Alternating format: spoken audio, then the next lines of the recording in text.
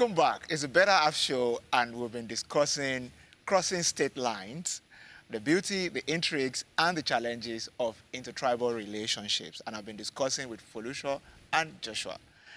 All right, before we went on that break, Joshua told us about the proposal, that informal proposal, that abrupt proposal that brought silence that lasted a few days. So how did that end, Felicia, from your hand? Oh my, it was a big bombshell because I was already used to him being a brother, and having that question to have to cross the line from brotherly love to couple kind of love was a bit challenging for me. And so I took some time. I took some time off just to think about it. And I also talked with my mom. For me, my mom is a very strong pillar in my life. And I felt that if she could handle it, then it would be easier for the rest of the family. Also considering I was the last born of the house. At that point, only the firstborn was in a relationship that we knew about. So those were some of the challenges I was thinking about at that time. So your mom was able to help you through, Yes. So my thinking mom through asked it me and basic all that. questions. Do I love him? Yeah. Does he love me? Do I see us having a future together? And when I could answer those questions, I knew it was it. So That's fantastic. So let's talk about pushbacks. Did you guys get any pushback from family or friends?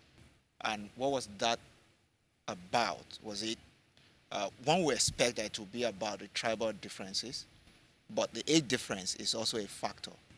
The pushback, where did it come from? From family and friends? Yeah. Was there any? From my point of view, there were two. So it came from the age difference, and it also came from the intertribal thing. So I remember having to tell my sisters that I was now in a relationship that How many would sisters end up. do you have? I have 3 sisters. 3 sisters, so Yes. you are number 4. So I'm number 4. Wow. So you can imagine. I remember that evening we had to talk about it. Actually, one of my sisters slapped me and told me, "You must be out of your mind. How old are you? What do you know? What do you know about marriage? How can you say you're in love? What does that mean?" And you were just 18, right? And yes, it was like, you just started school. You're supposed to face your academics. What are you doing?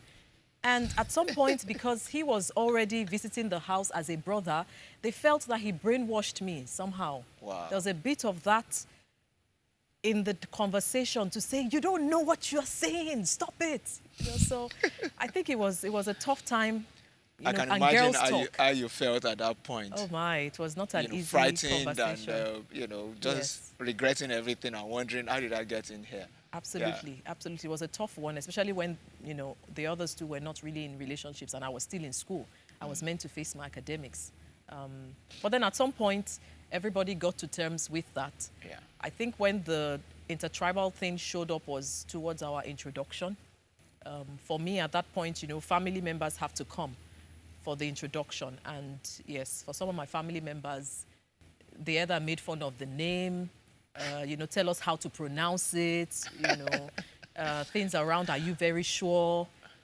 So there were quite some Joshua, hurtful things. when they just called your surname anyhow and bastardized, how did you feel about that? How did your family members feel about that? Well, Making fun of. That has been a lifelong time experience, so we're used to that. Because you lived in the Southwest, yes, around Yoruba people. Right from primary school. Okay. I know my classmates called us different names. 11 barrels, for example, that was common, and all sorts of names. And even for us, we when we were growing up, we had to learn how to pronounce our surname. Okay. My father had to try to teach us. So that wasn't. So it wasn't. Now, we didn't take talk much about offense talk of about that, the pushback. Any pushback from your own side, and then that pushback from our side. Yeah. Where did you get into it in any way? Were you aware of it? Yeah. And did you have to help her to manage it? Okay. So on my own side, there wasn't much of a pushback, probably because of the type of person and the type of family I come from. We already had the intertribal marriage playing out, so we already knew the type of challenges that were to expect from such, based on just experience. But there will always be some sort of concern. My mom is someone that has myriads of concerns about everything. So she started with the, oh, she's Ijebu, you know, how does that work out? Not just Yoruba, but She's Ijebu. Ijebu. My mom is Egba, you know, and then Yes. there was this Egba Ijebu Yeah, thing. within the Yoruba and people, they have their within the own Ogun issue. State people, The you Ogun know, State, you know. and so on. Yeah. So that was a concern for my mom and an issue, and somehow I had known how to manage my mom when it comes to addressing her concerns. So very quickly, I tried to deal with that. Yeah. Come, you know, this is not an issue. Yeah. Blah blah blah. This is the person that I'm going to get married to. Get used to that idea very quickly. Yeah. And don't So let what that be a about problem? the issues from our sisters, our family? Did I, you? I got to were you learn aware? about them after a while, not immediately. But I think I was young, so I was not very sensitive, but sensitive enough to know that there were those things were happening. Yeah. And I think she didn't tell me immediately. She told me after about a few weeks or months, after, you know, she gave me her response about how things played out, you know. Okay. So yes, so I got to know about them, and But you didn't bother to didn't- get in no. deeply. You just left them. I just left them to sort sort out. themselves That's out. a family issue Yeah. within them.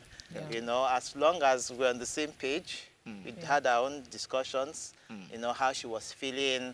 You know, what her stand is, what my stand is, and so on. And so once we were on the same page. Now, that was guys, it. let's talk about language. I know, just from talking to you, it's almost obvious that the lingua franca in your home is English, right? Yeah. That's the language of the home. Did language play out at all, you know, in this, whether between you or when family members come in, or with your kids wanting to learn, you know, this language or that language apart from English? So, how has that been? Yeah, I think one important language is an important aspect. And when we got married, I was open actually to learn oral language. Okay. But- All right, being Edo Yes, language. being the yeah. Edo language where they're from. But, you know, only my father-in-law and my mother-in-law spoke a bit of that. Yeah. It was a little difficult learning because if he could speak it, probably maybe I would have learned it faster. And so the language in the house is mostly English. But because his mom is also Yoruba, the other language we speak in the house is Yoruba. So our kids understand Yoruba to an extent. They can't speak it that fluently, but the language is English. I would love when, you know, together with the kids, they can speak both English and Yoruba. The aura, we're still, yeah. So it's Joshua, still you a don't wish. speak oral at all. No, I don't speak, well, I won't say unfortunately, but that's just reality. You know, whether it's fortunate or unfortunate, that's just reality. But I mean, but it also had to do with the way we were brought up as well. We grew up in an academic environment, and my father always spoke English to us because he wanted us to be able to communicate properly in English, you know. And also, of course, because there were also a few tensions there, here and there. And I think another important thing which I have to bring to the fore about language is that the influence of grandparents seem to be very vital. Yeah. My paternal grandparents had died long before my parents were even married. Okay. So we never really got to know them. But I still met my maternal grandmother, and she could only speak Yoruba. So we had to Deal with that. and speak to her in Yoruba. So because we didn't have that big influence from the Edo side the Edo about side, yeah. having to speak the language to somebody who could only converse in that language, Yeah. we were not obliged to really learn it. Okay.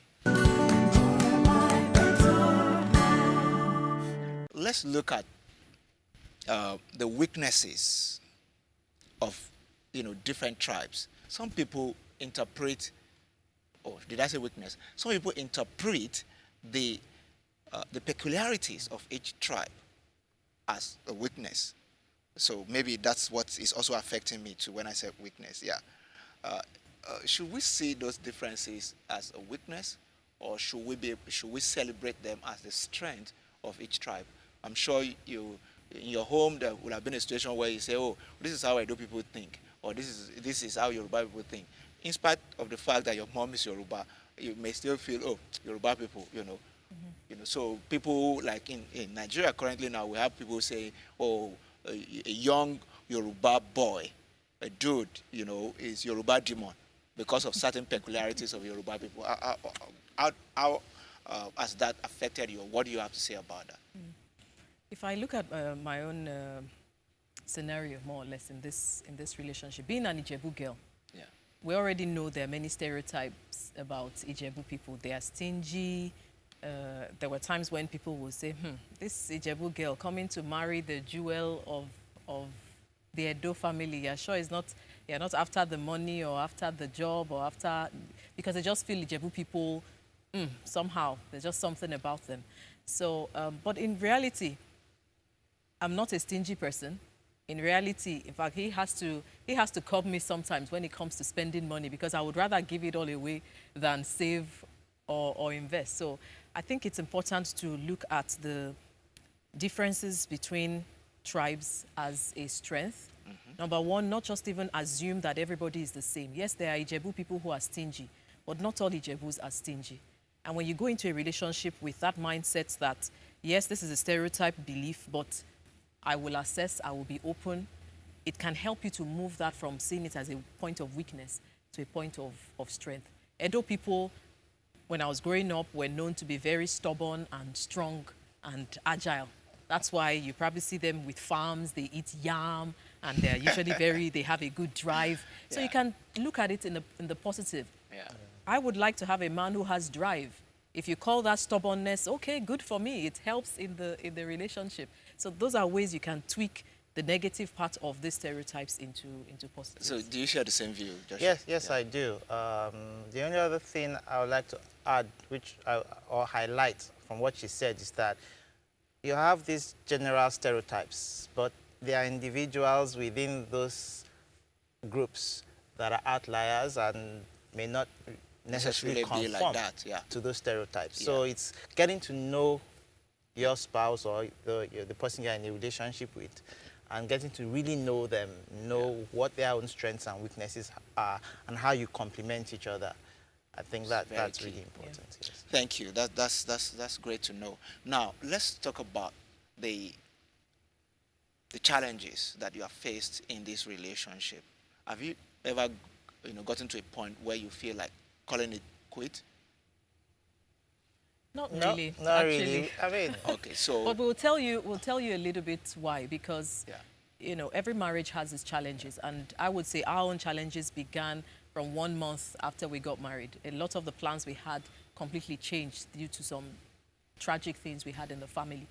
But one thing I think we agree on, which we said when we were in our courtship period, was that we're in it to win it. As in, it's like, come what may, we're in it. So, and I feel every time we had a big challenge that came across our way, we would kind of, when all the lights are out and it's just the two of us, let's sit down and let's discuss. We're in it. What are we going to do to get out of this or to resolve this? Yeah. But, we had that pact that once we get married, we're in it, irrespective of everything else happening So around. that has helped you to keep things going. So would you say that, or is there any other thing that you have put in place to make sure you never get to that point of thinking of calling it quit? well, just to add to that, I think it's the fact that we are open to discuss, to talk to each other, and we've had this conversation over and over again, because it's something that you may have committed to it 10 years ago, doesn't mean that you are as committed to it now as you were 10 years ago. So we have to keep renewing it. Yes, this commitment. And, so we'll talk about and reminding each other, this is what we Yes. have committed to. Every year so we assess. we do that. We talk to each other, and we also expect that I and she we come to this agreement that we are going to change. We won't remain the same forever. And so we need to constantly reviews and make sure that we are still on the same page, and this commitment is intact. Yeah. Wow. So review and renew your commitment from time to time. All right. So Folusho, are you Yoruba or Edo?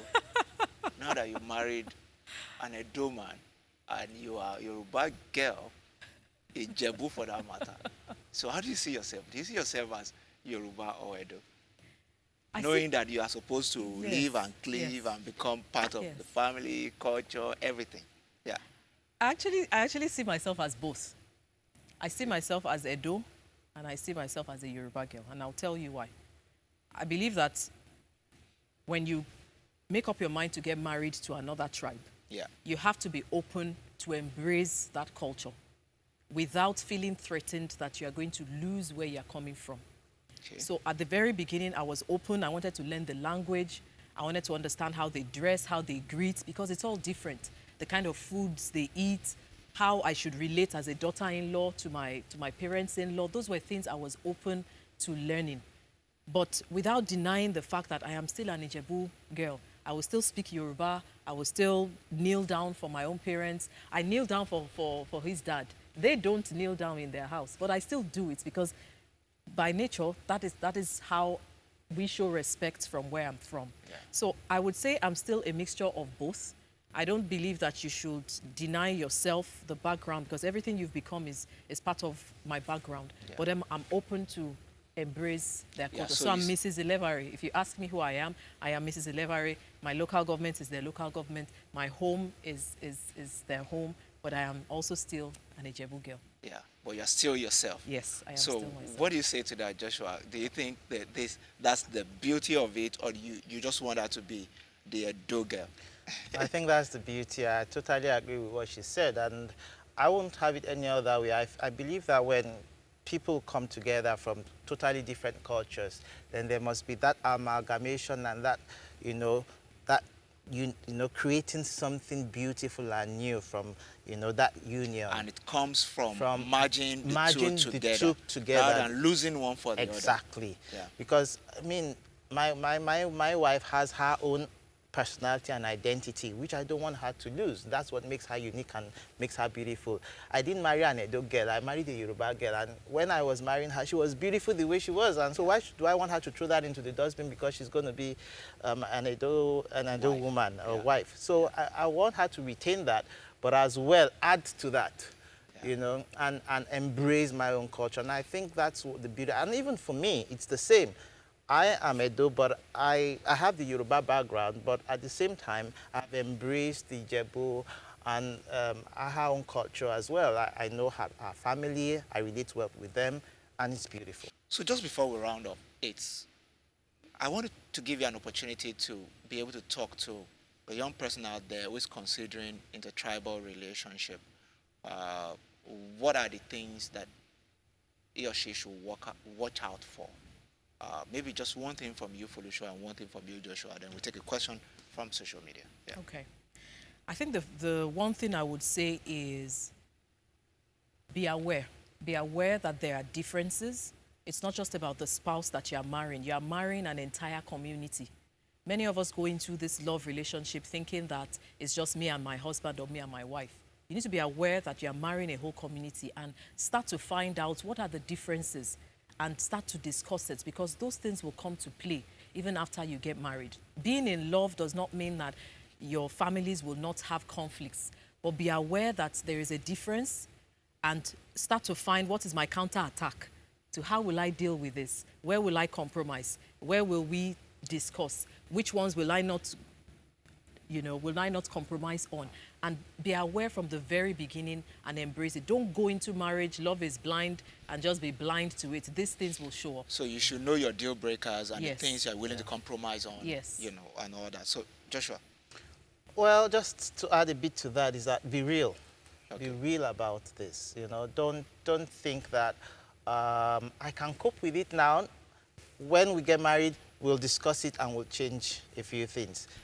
Before you get married, be real. Don't overprotect yourself or shield yourself from each other's culture. Expose yourselves to those cultures. Yep. See what you're getting into, like she said, but be real. So deal with those issues before the marriage. Okay. Deal with them. People don't change after they get married. It's difficult. Yeah. God will help them to change, hopefully. But So expose yourself to as much as Expose and be possible real, of yes. cultural differences and all that before you get married, Yes. so that you minimize the shock factor Exactly. in marriage. Yes. Meeting the parents, grandparents if they are alive, whoever, Exactly. family members, the craziest person in the family, Yes. expose Exactly. them to Expose such them. things, Yes. and the cultural shock point. Yes. Yes. Expose them to that so that they see it, Yeah. Yes. and able to prepare for that. Yes. And then don't neglect the premarital counseling. I think that's another thing many couples don't do these And days. allow this to play out in Yes. premarital Yes. counseling. The Yes. fact that we have background differences, is major in the area of culture. Yes. That's great. So we're going to take a question from one of our followers on social media, and with that we will wrap up this episode. So the question goes like this: the truth is that I have no problem with my wife's tribe, but because she has a big personality, everything in the house reflects our tribe, and nothing reflects mine. Even the movies we watch revolve around our tribe. I've told her severally, but there hasn't been, any change, and now I'm starting to resent it. What do you, do you have any advice for this person? Well, this is a guy speaking. Yes. So, I would say you have to talk about this. And you both have to reach a compromise about what you want, how you want to create your own home. Yeah. And sometimes we always have this impression that the home belongs to the woman, she can do all she wants to. And there also, I've seen cases whereby it's the other way around, where especially for people who marry late, who are already set, and then they bring in a woman into their lives and she finds it difficult to fit in. I've seen that as well. And so this is something that both the two people involved have to be intentional and consciously work at of accommodating, not just accommodating, bringing that other person into their own life and space. Or else there's going to be conflict, there's going to be resentment. It may not play out now. Later in a few, after a few years, people will So start. my space is no longer my space. It's not. It's and our it's space. more pronounced because our space reflects our culture, Our our space should collective reflect, yes. culture. Yes. Yeah. And so if I make our space reflect more of just my own culture, I'm already a little overbearing. Yes. And So it becomes our space. move from my car to our car, my money to our money, our space, and then let that play out with how you arrange the house, the movies you watch. You can even compromise. Maybe it's Nollywood today, tomorrow is Telemundo, day after is even the paintings on the wall, and all that. It shouldn't over-reflect a particular culture. It's a general, pictures, family pictures family as well. pictures as well. Should reflect both. us, not just me. Yes. Thank you very, very much for coming on the show today. Thank you, Felicia, and thank you, Joshua. I appreciate you for exposing us to your experience and the peculiarities of the things you've gone through in your relationship. I'm sure someone out there has really learned a lot from listening to you and watching you speak today. I'm going to take a break, and when I come back, I will take a final thought on crossing state lines, the beauty and the challenges of intertribal relationships. So don't go away. Stay with me, and I'll be right back. Welcome back. My final thought on crossing state lines.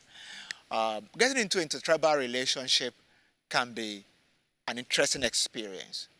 The first thing to note from Felicia and Joshua's relationship is that you need to see it as something beautiful. You've grown up in a particular background and that's all you've known. Getting into a relationship with someone with a completely different background that borders on culture can bring some level of beauty into your life if you are open and adaptable. I think those are the two important things. You need to be open, you need to be adaptable. You need to be willing to take something new, add it to what you have, and create a beautiful experience out of it. Also, you need to be upfront from your courtship days. As you start to date, expose yourselves as much as possible to the differences and the challenges that may come. Learn a lot about each other's culture, know what are the major issues that can be deal breakers. So you know the places to compromise and the places to forbear and the places that you have to put your foot down from the day one so that you know that this is how we're going to work this relationship out. And I know that if you take it to these things, any intertribal relationship that may come your way will definitely work out. I look forward to seeing you again on another episode of the Better Half Show. And until I come your way again, may your relationship and marriage be sweet.